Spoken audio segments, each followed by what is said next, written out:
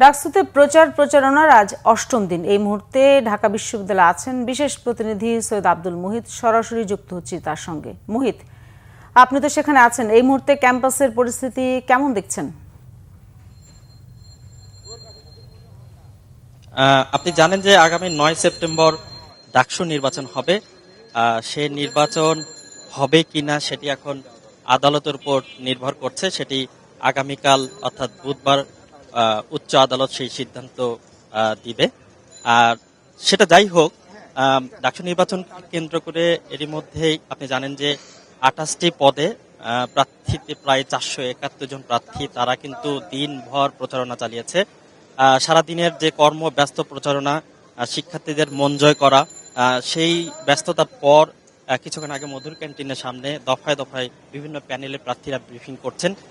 কিছুক্ষণ আগে ব্রিফিং করেছেন ঐক্যবদ্ধ শিক্ষার্থীদের জোট অর্থাৎ ছাত্র শিবিরের সাধারণ সম্পাদক SM ফরহাদ। মূলত যার প্রার্থিতা বাতিলকে কেন্দ্র করে উচ্চ আদালতে ডাকসু নির্বাচন হবে কিনা বা সেই সিদ্ধান্ত করিয়েছে।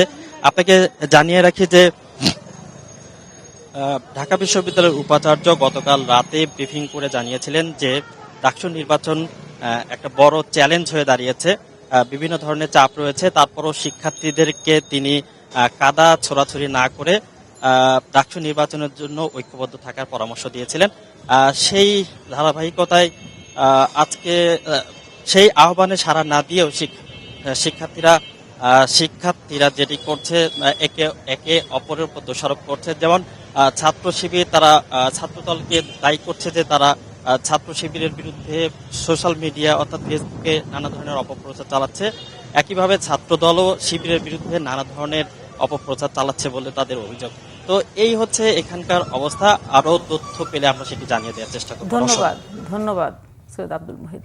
ঢাকা বিশ্ববিদ্যালয় ক্যাম্পাস থেকে জানাচ্ছিলেন সৈয়দ আব্দুল মুহিত।